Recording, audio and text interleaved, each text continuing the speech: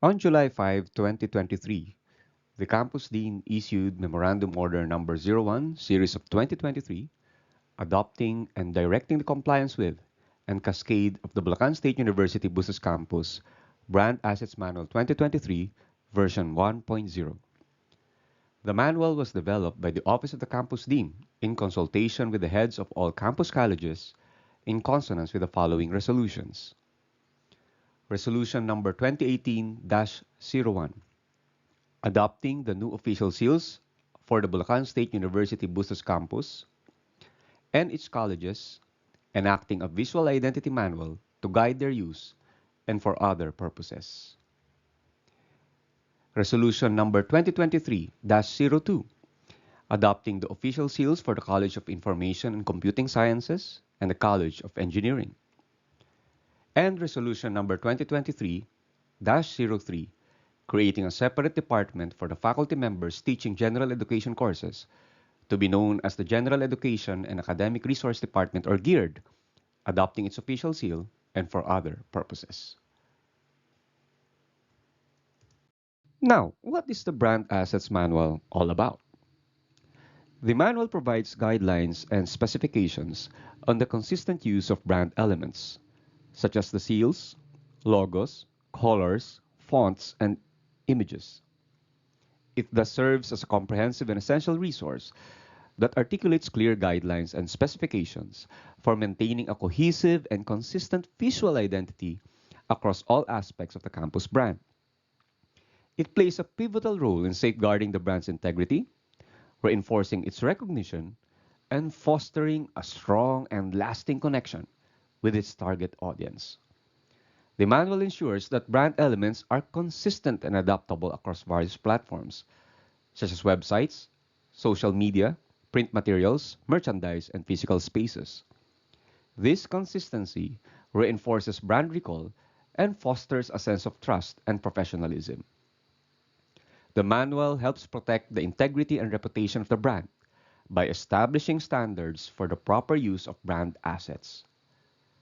To prevent dilution or misrepresentation of the brand, the manual addresses potential misuse of brand elements and provides examples of prohibited usage. These could include distortions of the seal or logo, unauthorized color modifications, or alterations to typography. That is why the manual provides clear instructions and guidelines on how to use the brand assets correctly, eliminating confusion and ambiguity. It outlines the correct usage of the campus official seals and logos in various contexts, ensuring that they appear in a visually appealing and recognizable manner. It also establishes the approved color palette, comprising primary and secondary colors, and provides color codes. The manual establishes guidelines for selecting and using consistent fonts across all communication materials. It outlines the primary and secondary typefaces, font weights, and styles, ensuring that the chosen typography reflects the campus's personality and reinforces its brand identity. Also, the manual includes specific graphic elements or design motifs that are unique to the campus brand. It outlines their proper usage and placement to create a visually cohesive brand experience. Also, the brand provides ready-to-use templates, guidelines, and resources. The links to these resources were sent via email to all members of the faculty. All in all, the manual ensures that all brand assets, including seals, logos, colors, fonts, and graphic elements, are used consistently across various communication channels and materials. This consistency reinforces brand recognition and helps create a unified and memorable brand identity. When audiences encounter consistent visuals and messaging, they develop trust and confidence in the Bustos Campus brand. By complying with the manual, we will be assured that all brand materials maintain a professional and polished appearance. And aside from serving as a guide for maintaining a strong brand identity that reflects the ideals and objectives of our campus community, the manual seeks to standardize all visual identity assets and communication materials in consonance with the principles of total quality management and the International Organization for Standardization. All of these reinforce the value proposition of the Bustos campus. The value proposition is a clear and compelling statement that communicates the unique benefits and value that our campus offers to its target customers. It succinctly answers the fundamental question of why should students, parents, and stakeholders choose Bustos campus over alternatives available in the market? And this is our value proposition. The society we belong to, the communities we live in, and the organizations we work for are the ultimate consumers of our students' competencies. That is why, at Bulacan State University Bustos Campus, we firmly believe in the transformative power of education that ensures seamless progression and continuous value addition at every link of the value chain. With our forward-thinking approach, we offer future-proof academic programs designed to meet the ever-evolving demands of the modern world.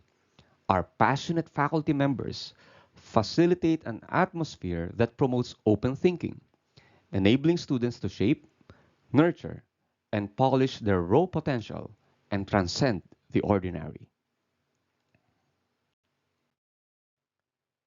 We take great pride in our brand promise to transform students into exceptional products, highly sought after individuals, and prized assets, equipped with the knowledge, skills, and character needed to excel and lead in their communities and workplaces.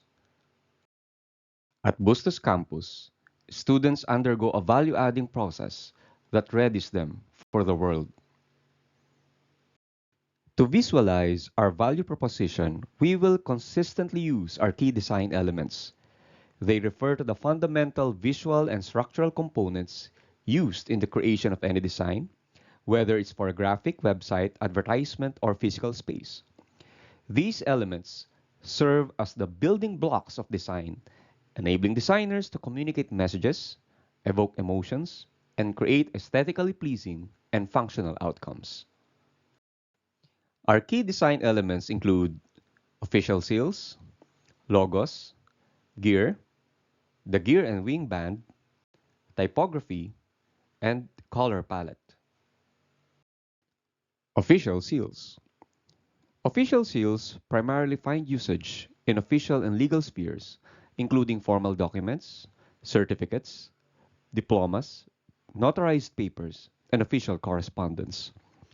Their principal role, whether they are printed on a document or applied using a device to make an impression, is to serve as guarantors of validity. Their authoritative bearing accords documents legal weight, and in terms of design, seals adhere to the conventions of heraldry, often featuring intricate artwork, detailed illustrations, and symbolic elements. Textual components such as the organization's name, jurisdiction, or motto are commonly incorporated. This imparts a formal and authoritative appearance, accentuating the organization's status and credibility. Considering the sanctity of official seals, the usage of the official campus seal will be restricted solely to the officials of the campus. Meanwhile, the official college and departmental seals will be exclusively utilized by the officials of the respective colleges or departments. Usage is prohibited for students, faculty members without official designations, and those with designations but are not currently acting in an official capacity. Specifically, the seals will be applied on official correspondence, official memoranda, legal documents, academic awards, official or controlled forms, graduation or recognition certificates, graduation and recognition invitations, and plaques, formal or ceremonial letterhead, and other forms of official communication, and lectern signages. To maintain the prestige of the official seals, they will not be utilized or applied on merchandise. Instead, logos will be employed as substitutes for the official seals. The official seals should be printed and presented in their entirety without any cropping or obscuring of their elements. However, for the campus seal, the coat of arms can be used separately for design purposes if needed. The official seals must not be distorted in any manner. Their proportions must be maintained. To maintain proportional dimensions when resizing the seal, simply hold down the Shift or Control key while adjusting the size of the image in most software programs. The official seals must maintain their opacity, and their colors should not be modified or reproduced with tints or screen overlays in any manner. The typeface of the campus and college seals should not be changed or altered. Campus and college seals should not be stylized, embossed, and applied with special effects including drop shadow and outline.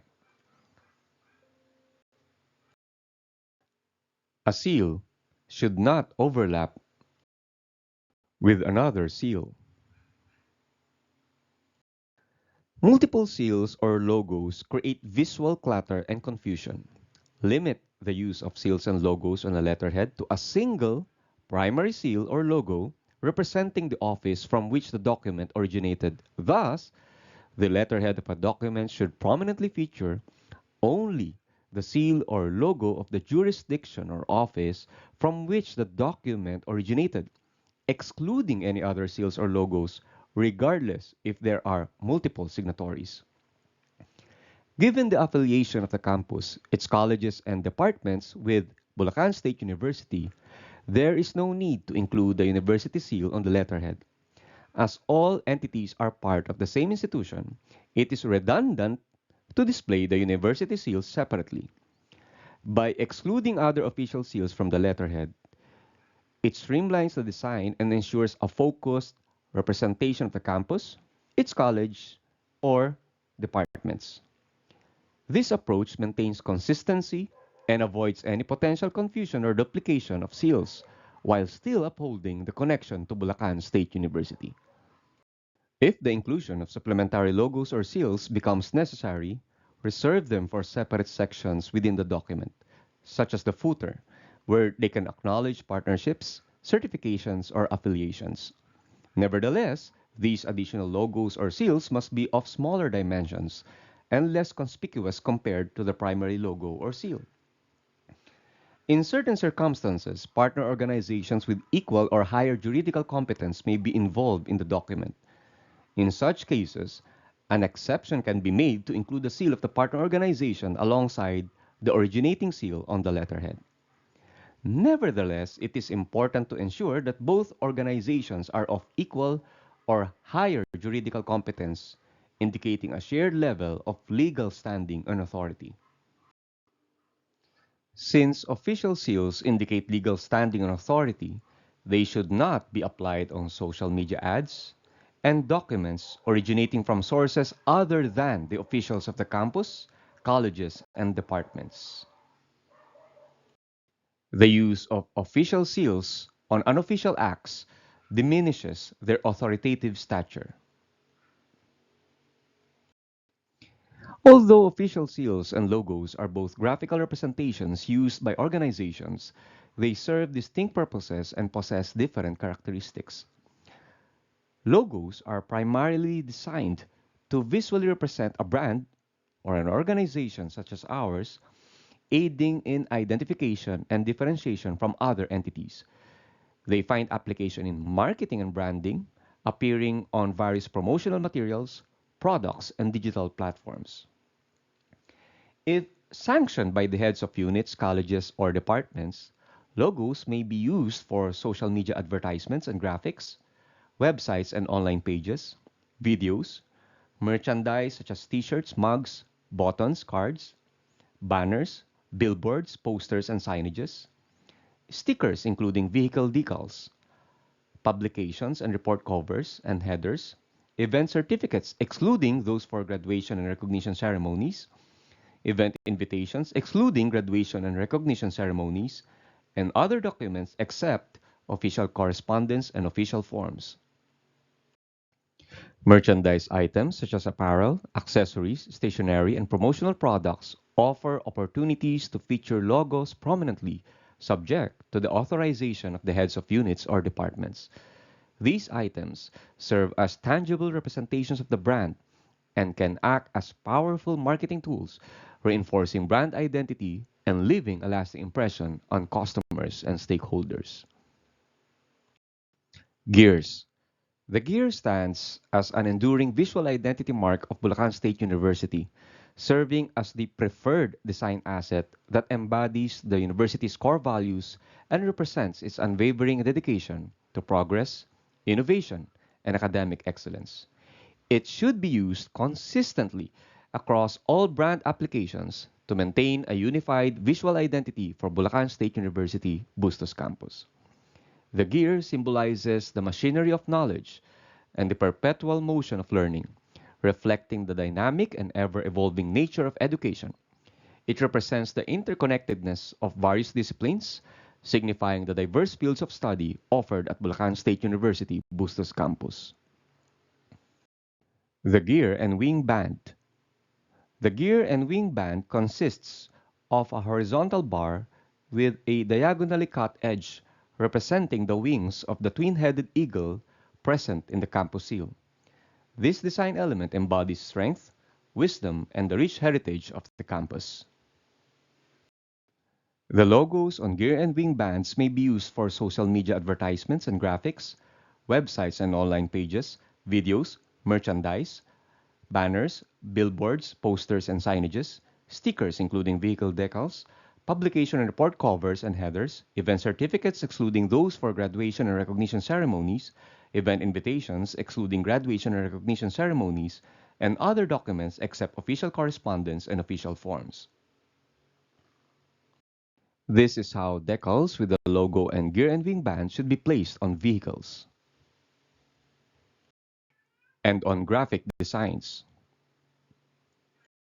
Typography. The consistent use of typefaces in all brand communications is of utmost importance as it plays a significant role in forging a formidable visual identity. Typography transcends mere aesthetics, playing a pivotal role in establishing a cohesive and recognizable brand presence. The primary typeface is band shrift.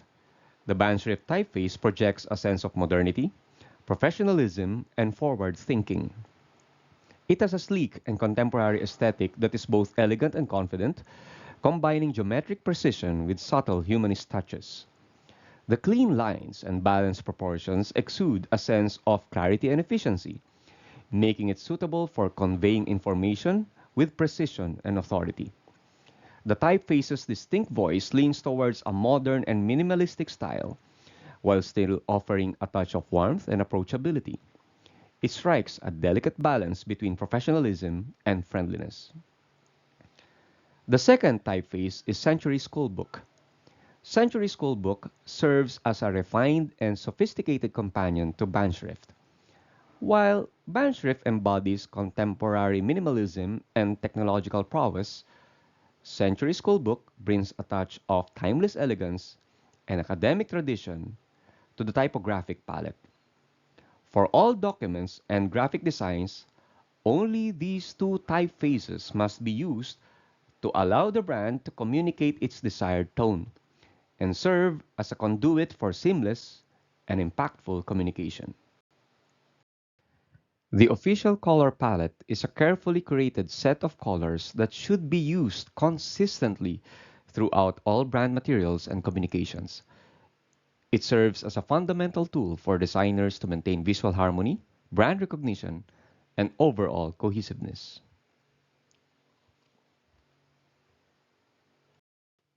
The harmonious symphony of shades is designed to evoke emotions, convey messages, and establish an unbreakable connection with our audience. Each color within this palette has been thoughtfully selected to resonate with our brand's values, aspirations, and story. The Brand Assets Manual provides ready-to-use templates, guidelines, and resources. The links to these templates were sent via email to all members of the faculty. The official campus stationery. The official stationaries for the College of Education, College of Business Administration, and College of Industrial Technology. The official stationaries for the College of Engineering, College of Information and Computing Sciences, and the General Education and Academic Resource Department. A certificate template is provided for non-academic events. Certificate templates for non-academic events for the College of Education, College of Industrial Technology, and College of Business Administration. Certificate templates for non-academic events for the College of Engineering, College of Information and Computing Sciences, and the General Education and Academic Resource Department. Templates are provided for papers or report covers. Paper or report covers for the College of Education, College of Industrial Technology, and the College of Business Administration. Paper or report covers for the College of Engineering, College of Information and Computing Sciences, and the General Education and Academic Resource Department. Maintaining a uniform look in all written materials helps reinforce the brand identity. This can be achieved through consistent formatting and style that create a cohesive and recognizable brand image, making it easier for the audience to identify and remember our organization. Aside from projecting a professional look, when different documents follow the same formatting and style guidelines, readers can quickly grasp the purpose and structure of the content. This consistency reduces confusion and promotes better comprehension of the information conveyed. Our primary modes of correspondence consist of letters for external communication and memoranda for all internal communication, whether from superior to subordinate, subordinate to superior, peer to peer, department to department. Letters must be printed on A4 and should be formatted in full block style, which means all text, including the date, recipient's information, body, and closing sections, should be left aligned and justified. The official stationery header will only be used on the first page. Ensure that the top, left, and right margins are set to 1.25 inches, and the bottom margin is set to 1.5 inches. Use the Century Schoolbook typeface with a font size of 12 points. Maintain single spacing within paragraphs and double spacing between paragraphs. There should be no indentation of paragraphs or lines in the letter. Each new paragraph should begin flush with the left margin. It is important that each letter contains a specific date, which should reflect the day on which the letter is being composed, not the anticipated date of sending. If the letter is completed over a number of days, use the date it was finished. The date should be placed 3 lines below the header and aligned on the left-hand side. The date must be written in the following format: day, month, and year. 2 lines after the date, the recipient's academic or courtesy title and full name should be indicated. This information should be aligned to the left margin in bold typeface. The title should not be abbreviated and must be written in full, except for the title Doctor or the courtesy titles Mr. and Miss. The next line after the title and the full name of the recipient, aligned to the left margin, should indicate the recipient's position or office designation title. The following line, aligned to the left margin, should provide the recipient's office address. Include the department, office, or subdivision name as well as the complete address.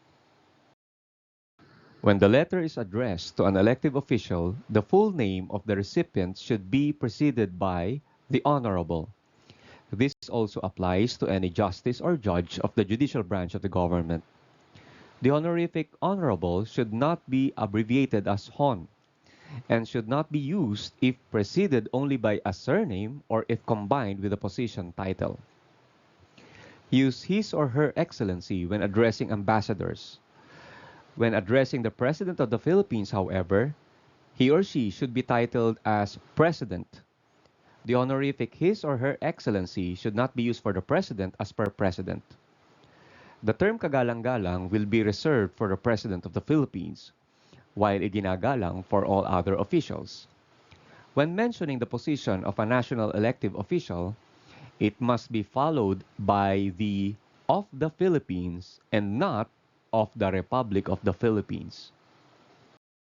A reference or subject line should be placed one line below the recipient's information and aligned to the left margin. This is to provide a concise and informative summary of the letter's content that contributes to clear communication, ensuring that the recipient has a clear expectation of the letter's content and purpose from the outset. Moreover, the reference or subject line allows for efficient organization, categorization, and retrieval of letters, especially in situations where a large volume of correspondence is involved. It enables the recipient to prioritize and handle letters more effectively, ensuring timely response and appropriate actions based on the subject matter. The subject line of the letter will follow a specific format for clear and consistent communication. It will be structured as follows. The word subject will be displayed in regular typeface. A colon will separate the word subject from the keyword. After a tab space, the keyword will be indicated. A hyphen will follow the keyword. A brief description of the contents of the letter will be provided. To provide further clarity and categorization of the nature or purpose of the letter, keywords will be used to convey specific information about the intended recipient's role and the actions or response required from them. Action indicates that the recipient must take specific actions as outlined in the letter. Sign denotes that the letter requires the recipient's signature. Information indicates that the letter provides information without requiring a response or action. Decision requires the recipient to make a decision based on the content of the letter. Request seeks permission or approval from the recipient. Coordination indicates the need for coordination by or with the recipient. A salutation should be placed one line after the subject line. Use "Dear" as the salutation opener, followed by the recipient's position, academic or courtesy title, then surname, and a colon. Avoid adding separate greetings after the salutation, as the salutation is the greeting itself. Additional greetings are unnecessary and redundant. The signature block should be positioned 3 lines after the complementary clause. The placement ensures a clear separation between the body of the letter and the sender's signature information. The signature block should include the following information in the order listed. Full name of the sender. The sender's full name should be printed in proper cases and in bold typeface. Position or title of the sender. The sender's position or title within the organization should be indicated, providing additional context for the reader. Contact information of the sender. The sender's contact information, such as the phone number and email address, when necessary, and if this information is not included in the stationary header. It is advised not to use title or honorifics before the name of a signatory to avoid any potential perceptions of ostentatiousness and pretentiousness. Instead, post-nominal letters indicating educational degrees, positions, or legal statuses may be included after the signatory's full name. It is optional to include the acronym CC to indicate additional recipients of the letter and ENCL if there are enclosures or annexes to the letter. Students are required to use letters as the preferred mode of communication when conveying formal messages to members of the faculty and officials of the campus and its subdivisions. Since students are prohibited from using the official stationery header for letters and other forms of written communication, a student may use a return address instead. The return address should include the student's full name, student identification number, the name of the academic program or department, and contact details such as phone number and email. Considering that the return address is provided, only the name of the student will be indicated in the signature block. The same format applies for letters written by members of the faculty without official designations, or those with official designations but are not acting in an official capacity. The return address of the faculty member will be provided, the faculty member's full name to be followed by the office or unit, and contact information. For all internal communication within the campus, memoranda will be used. Memoranda are designed for quick and efficient communication within an organization. They are typically shorter and more concise than letters, focusing on conveying essential information without excessive formalities.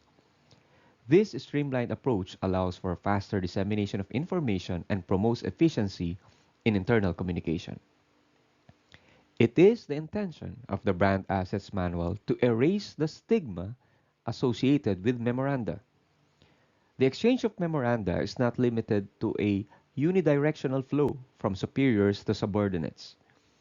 While it is true that superiors often use memoranda to communicate instructions, expectations, or feedback to their subordinates, it is equally important to emphasize that the exchange of memos can occur in various directions and between individuals at different levels within an organization. Here are some common examples of who can send memoranda to whom. Subordinate to superior. Subordinates have the ability to send memos to their immediate supervisors or higher level managers. These memos may be used to provide updates, request information or resources, seek approval for specific matters, or report on progress or challenges. Superior to subordinate. Superiors utilize memos to communicate instructions, convey expectations, delegate tasks, and provide feedback on performance to their subordinates. This enables clear direction and effective management within the organizational structure. Peers and colleagues. Memos can also be exchanged among peers or colleagues at the same level within the organization. Peers can use memos to share important information, coordinate projects, seek assistance or collaboration, and provide updates on shared responsibilities.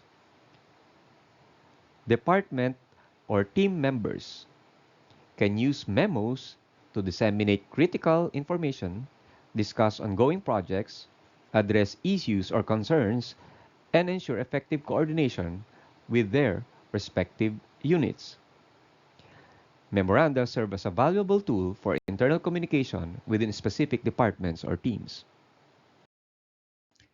Memoranda signed by officials of the campus and its subdivisions will feature the official stationery header, while members of the faculty who do not have official designations, as well as those who hold designations but are not acting in an official capacity, are not required to use either the official header or the logo header when writing a memorandum.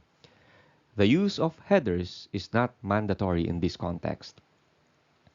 The official stationery header will only be used on the first page. All memoranda should be typed or printed on A4 size bond paper. The margins should be set to 1.25 inches for the top, 1.5 inches for the bottom, and 1.25 inches for the left and right sides. The preferred font is Century School Book with a font size of 12 points. The text should be left aligned and justified, single-spaced within a paragraph, with double spacing between paragraphs and bullets if applicable. Adhering to these formatting guidelines ensures a uniform and visually appealing look. The heading of a memorandum, memorandum order, or memorandum circular should be prominently displayed at the top of the document. It will consist of the appropriate title in bold typeface and font size 16. The term memorandum will be used for general memoranda, memorandum order for official orders, or memorandum circular for circulars intended for mass dissemination. A thin solid line should be inserted to provide visual separation. Directly beneath the line, the "For" section should be included in bold typeface, followed by the name or position of the intended recipients of the memorandum. If necessary, an optional CC section, also in bold typeface, can be added below the "For" section to indicate additional recipients. The next line should display the date of the memorandum. It is important to use a clear and standardized date format, day, month, and year, to ensure accurate record keeping. Finally, the "Re" section in bold typeface should be placed below the date, followed by the keyword, and a brief and concise summary of the subject or purpose of the memorandum. Separating the heading from the body is a thin line with a solid line underneath. In a memorandum, it is not necessary to include a salutation. The memorandum should start directly with the subject matter and the body of the message. The absence of these formalities is a characteristic feature of memorandum writing, as it prioritizes concise and direct communication within an organization. Likewise, it is not necessary to include a complementary clause. Instead, it is customary to include a clear and concise call to action as the final line of the body, but it is not mandatory. If there is a specific action or response that is expected from the recipient, it is advisable to clearly state it in the call to action. However, if the memorandum is purely informative and does not require any specific action from the recipient, the call to action may be omitted. To ensure uniformity, here are the formatting guidelines for all official forms.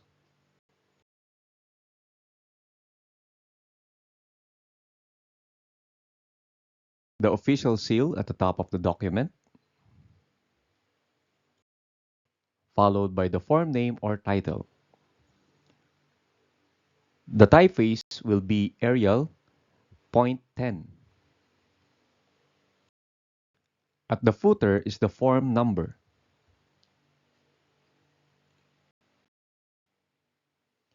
The form number consists of the following codes: BulSU BC, Bustos Campus.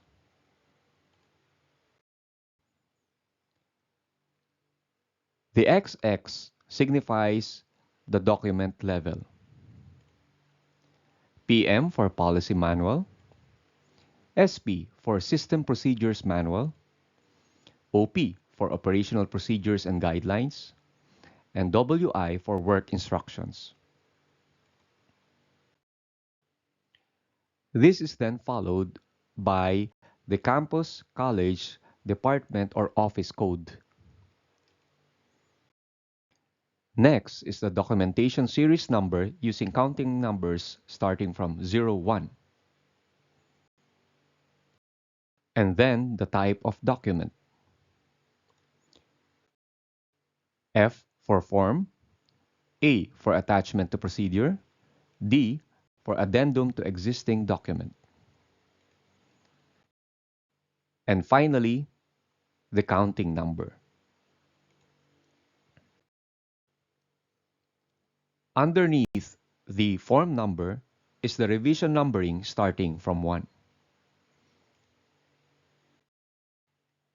And then the page number.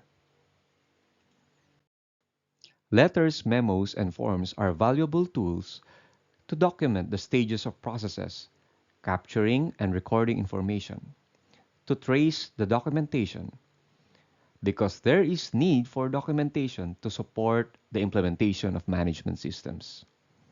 Everything must be in black and white, consistent with the Brand Assets Manual.